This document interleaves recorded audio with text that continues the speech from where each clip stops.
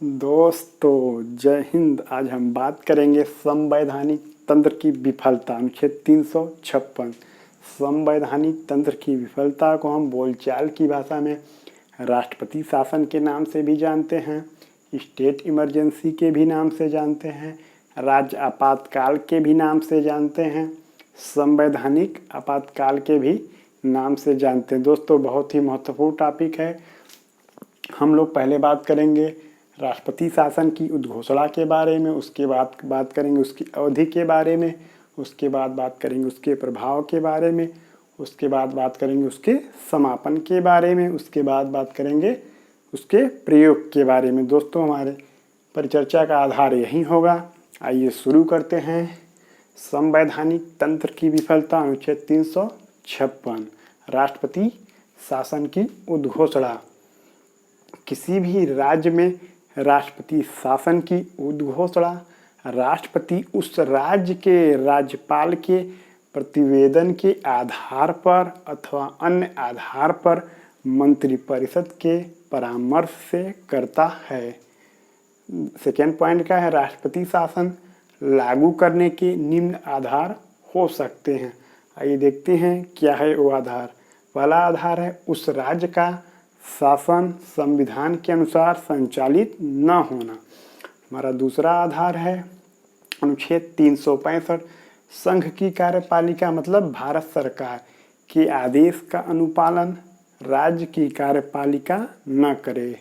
दूसरा हमारा आधार है उस राज्य में आतंकवादी गतिविधियों का संचालन राष्ट्र विरोधी गतिविधियों की अधिकता अथवा राज्य सरकार द्वारा दैवीय आपदा से निपटने में असफल होना। दोस्तों आइए बात करते हैं राष्ट्रपति शासन की अवधि के बारे में। संसद के अनुमोदन के बगैर राष्ट्रपति शासन 2 माह तक प्रचलन में रहेगा। संसद इसकी अवधि को 6 माह करके 1 वर्ष तक बढ़ा सकता है। दोस्तों याद रखिएगा, किसी भी राज्य में अधिकतम 3 वर्ष के लिए राष्ट्रपति शासन लागू किया जाएगा जब उस राज्य में अनुच्छेद 352 राष्ट्रीय आपातकाल पहले से प्रभावी हो और या निर्वाचन आयोग इस बात का प्रमाण पत्र दे कि उस राज्य में चुनाव कराना संभव नहीं है। दोस्तों आइए इसके प्रभाव के बारे में बात करते हैं।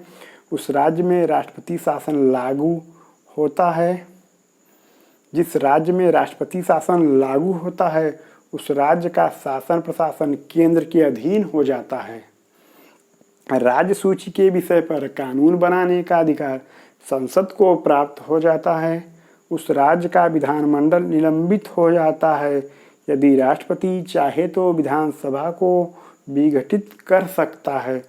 दोस्तों याद रखिएगा, निलंबन और विघटन में अंतर होता है।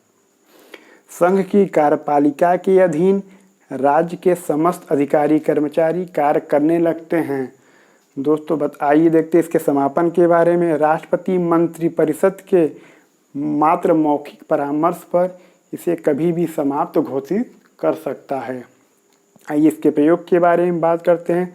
सर्वप्रथम राष्ट्रपति शासन 1951 ईस्वी में पंजाब राज्य जिसको हम पेप्सू राज्य के नाम से जानते थे, पंजाब राज्य में लागू हुआ था। दोस्तों सर्वाधिक बार राष्ट्रपति शासन उत्तर प्रदेश में लागू हुआ है, 10 बार। दोस्तों याद रखिएगा, केरल में 9 बार लागू हुआ था।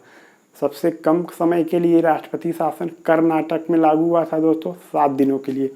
याद रखिएगा, बहुत ही महत्वपूर्ण अनुच्छेद है, तमाम परीक्षाओं में बहुत बार पूछा जाता है। दोस्तों ज़रूर से याद रखिएगा। क्लास कैसी लगी अपनी राय कमेंट के माध्यम से हमारे पास ज़रूर पहुँचाइएगा। और जो दोस्त हमारे नए हैं, चैनल पे पहली बार आए हैं, वो चैनल को सब्सक्राइब कर देंगे। दोस्तों आज की क्लास में बस इतना ही। जय हिंद।